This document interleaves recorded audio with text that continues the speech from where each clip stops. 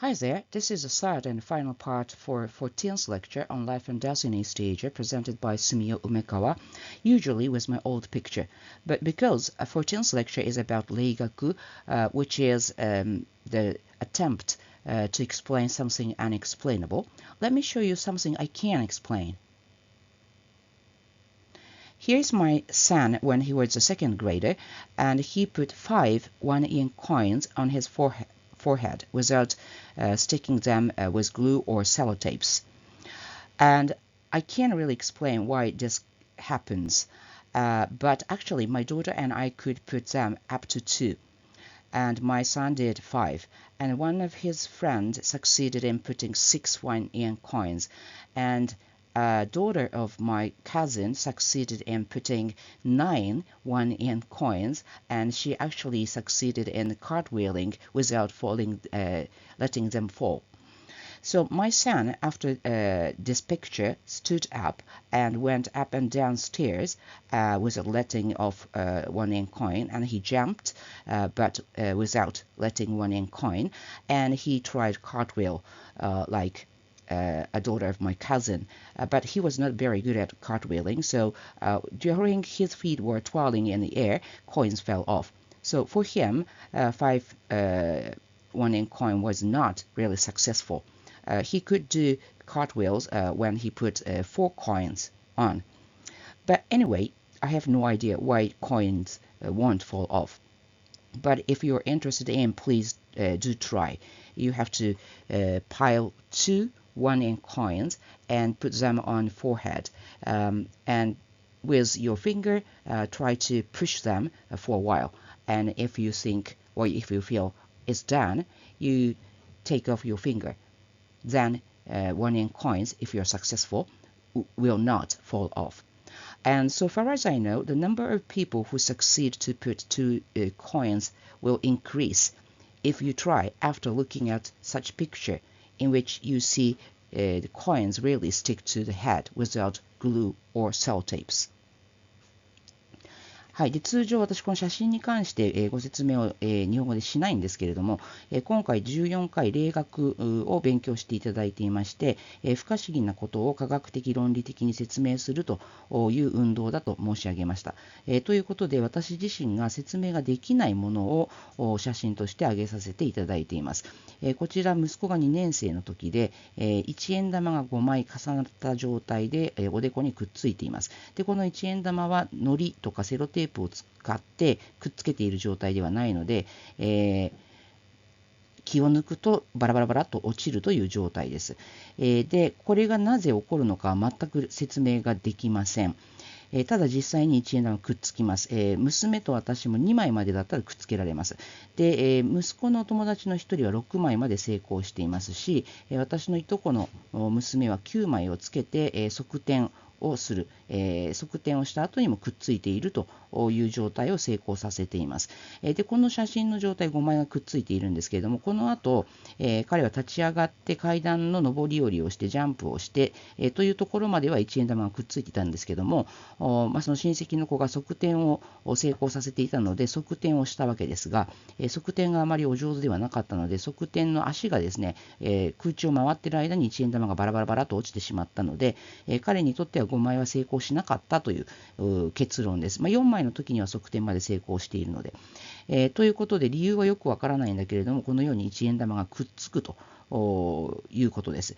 で、興味がある方は2枚からトライをしてください。重ねて、おでこにつけてしばらく指で押さえておく。でいけたなと思った時に指を離すと、成功すると1円玉、2枚目の1円玉が落ちません。1枚目の1円玉は汗でくっつくのでくっついて残りますが、2枚目の1円玉が、落ちません。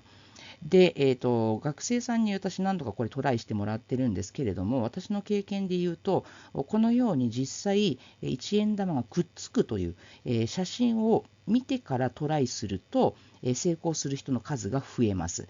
いずれにしてもご自宅ないしはどこかで、これを視聴していただいているんだと思いますけれども、ご興味がある場合には1円玉2枚からトライしてみてください。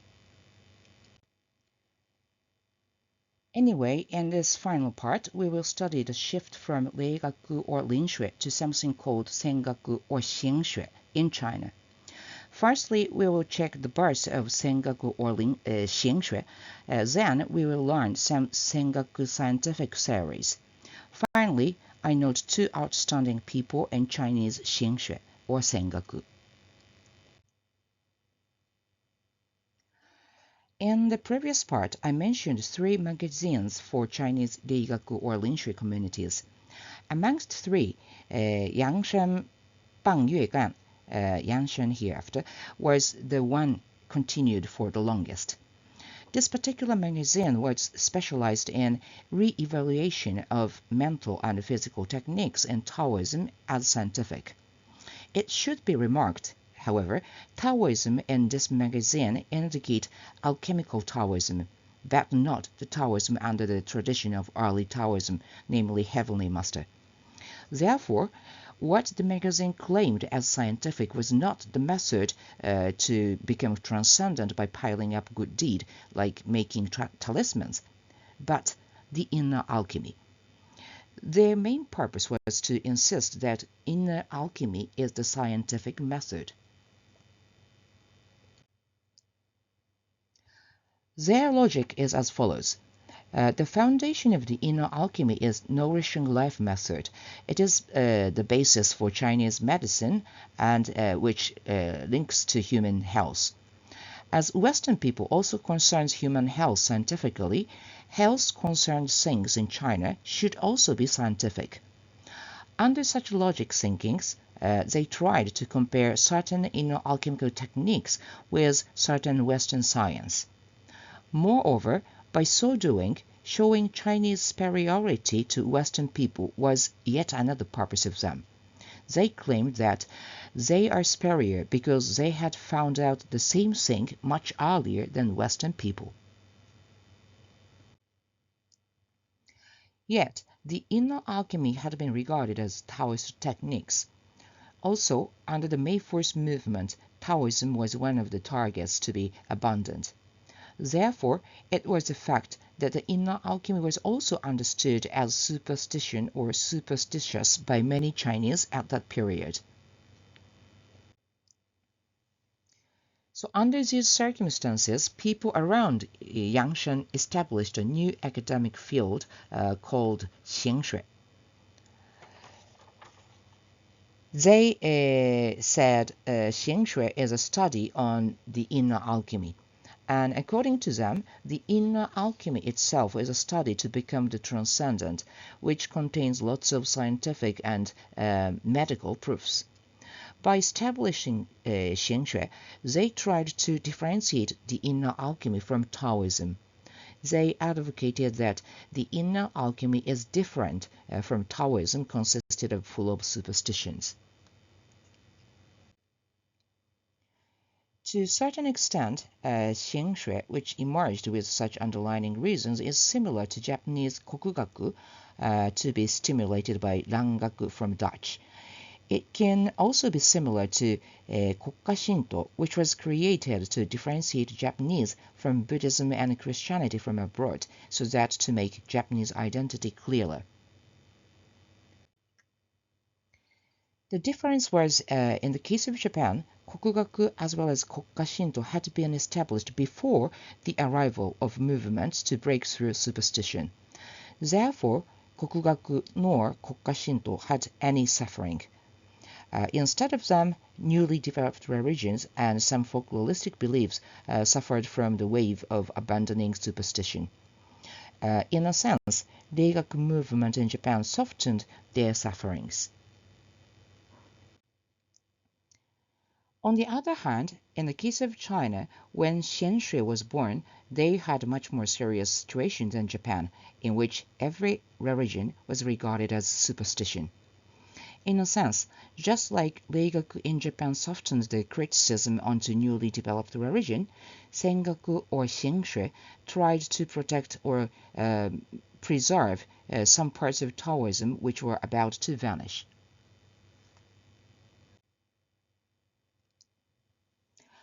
Just like Fukurai Tomokichi seriously continued experiments on clairvoyance, Chinese Xianshui people also very seriously discussed scientificity of Chinese tradition.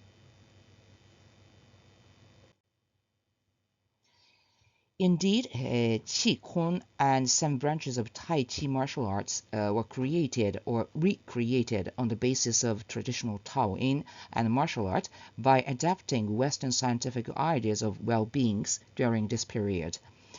However, just like in the case of Japan, the logicalness or scientificity depends on the period of time. Moreover, differently from Japanese Reigaku, Sengaku or Shinshue was much more desperate to protect some traditions. Therefore, sometimes their salaries sounds very peculiar or strange to us modern people. I will introduce you some of their salaries, but please bear in mind they were quite serious as well as desperate. Yang Shen very often cites articles to enlighten people who don't believe in the existence of transcendence. Those people had existed to a certain extent from the very early period, as we have studied in the case of Gu Hong, who also appealed that there really is the transcendent and there really is the way to become the one. But in the case of Sengaku or Xingxue in the modern China, they didn't use the method like changing the images of transcendent nicer as Gu Hong did. They claimed that those who don't believe in the existence of the transcendent may not familiar to the most developed space science. It follows as this. The most developed space science recently found out there are humans living on the Venus. For us, the nearest alien should live on Mars. The neighboring alien were believed to live on the Venus some decades ago. It was believed so even in the West. The magazine reports that Venusian, found out by the most developed space science, were beautiful ladies and handsome men, all with blonde hair with blue eyes. So all the Venusian are very beautiful, and all of them are blue-eyed and blonde-haired, which I should say is a very classic Occidental ideology of human beauty. But Chinese magazine went beyond my imagination or expectation. They confidently claim that what Western called Venusians are transcendents. How can't such beautiful people be transcendent? They should be transcendent because they are so beautiful. Well, now we know that transcendent, especially before the renovation by Gu Hong, were actually often monstrous, like a man covered by hair. But owing to Gu Hong's hard work, modern Chinese at the end of the Qin or the early China believed transcendence should be beautiful. What is more, the magazine declares the Venus is the utopias for transcendence like Penglai or Kunlun. Yes, we can see Venus in the morning and evening, but we can't reach there. And yes, the idea of transcendental utopias like Penglai were something you can see, but you can't reach. No contradiction. And finally, the essay usually concludes by saying that Westerns has just found out what they call Venusian and Venus, but we have known it for more than 2,000 years. Similarly, the article often tries to enlighten people who regard the idea of qi as superstition, because qi is invisible. Actually, so far as I reckon, the idea of qi was one of the most difficult concepts for the Western people to understand or to be convinced. For Western people, the idea of qi should seem much more superstitious than religious Taoism, as they had already known African or South Asian beliefs. Anyway, the magazine usually explains as follows. Western recently found out ether, the elements field in the universe. The Western people, say the discovery is the biggest one in a century. That's a shame of them, because what they call ether is qi in Chinese, and we had known it for more than 2,000 years. When it comes to the idea of qi, comparing it with ether is the most popular theory in Xingxue, but here is another one. It says Western found the electron, which has two types, plus electron and minus electron. They, the Westerners, were excited with discovery, which is quite laughable. Chinese had known it for more than 2,000 years, and we had known that Qi has two types, Yan and Yin. And indeed, what is referred as electron in the magazine should be understood as ion, with positive and negative. But it's tiny thing to note, but for your information. Anyway, those theories seemingly convinced and inspired a lot of Chinese. Many people apparently started the individual practice of the inner alchemy on the basis of Yangshan magazine without the master. As the inner alchemy is a method which should be guided by an experienced master, many of those individual practitioners seemingly suffered from troubles. Therefore, from a certain period, we start to see many postings of troubles and questions to the magazine. Picked up posts were answered by the editor, and sometimes some advices from individual practitioners were further posted. Thus, the magazine Yangshan gradually became the community for the inner alchemist. The basic standpoint of people around the Yangshan magazine was, as I have pointed out, that Xingxue, the study on the inner alchemy, as a study to become the transcendent, is not a religion. This was how they tried to protect the inner alchemy. In other words, by differentiated from religious Taoism, religion itself, the inner alchemy could survive. However, ironically, the magazine gradually became a bridge to revive the religious Taoism.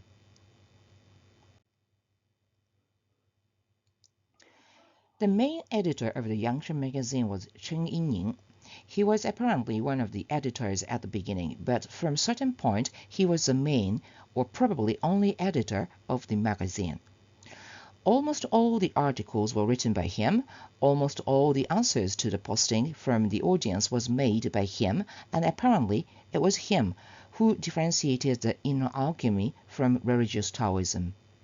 However, just before the revival of religious Taoism, Chen Yinning founded the Modern Taoist Institute. And thanks to the Yangshan magazine, in addition to many other factors, when religious Taoism was revived, he became the second head of this institute. So far as we refer to his magazine, what he attempted to protect was the inner alchemy and not the Taoism religion itself. Also, he differentiated the inner alchemy from Taoism by abandoning Taoism in a sense. Yet, without him, China today might not have religious Taoism. In this sense, he should be outstanding in Chinese Sengaku or Lingshui movement. Zhao Bichen, whom I had already introduced before, should be noted in relation with Xingshui movement as well. He claimed he had received Mount Tianfeng Xiantian branch way of golden elixir, and that was why he founded Tianfeng sect.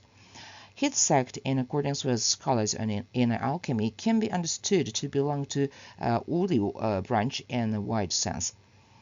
Also, he was connecting with Chinese classic martial arts, especially with Ba Guozhan, the martial art. The martial art Natsume Sanosuke was involved in at least some 25 years ago. But anyway, he was a master of inner alchemy as well as the martial art. And in his article, he explained the Chinese martial art, which actually involves methods and ideologies of the inner alchemy with scientifical thoughts and terms. Indeed, his article is still regarded as important for Westerners who are interested in Chinese martial art in academic manners. Even amongst the Western otaku in Chinese martial art, many of whom were inspired by one of the Bruce Lee, Jackie Chan, or Jet Li, or some of them by Donnie Yen, sometimes Zhao Bichen's article is mentioned as logical explanation of the theory of Chinese martial art. So this is the end of third part for the 14th lecture, which means the end of the 14th lecture itself. See you in the first part of the 15th lecture movie. Actually, we will not have a 15th lecture. We're going to do the kind of revision. So if you're interested in, please try piling up 1 yen coin on your forehead.